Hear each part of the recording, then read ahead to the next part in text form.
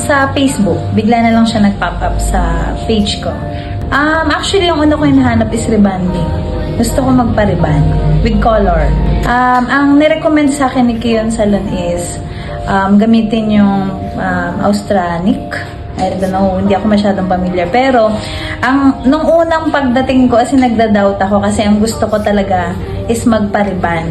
Pero, sabi ni Sir Kion, magpa-Austranic daw ako. Actually, super happy. As in, 100% happy. Napakaganda niya, ang soft. Tsaka parang, tingnan mo, ang natural lang niya. Parang hindi, kasi ang gusto ko din, hindi yung sobrang flat. Tignan mo siya, oh, di ba? Ang ganda niya. Sobrang natural looking lang siya. Kay Becca, actually si Becca the best. Ang galing niya. Tsaka ang smooth niya magtrabaho. Magaan yung kamay niya.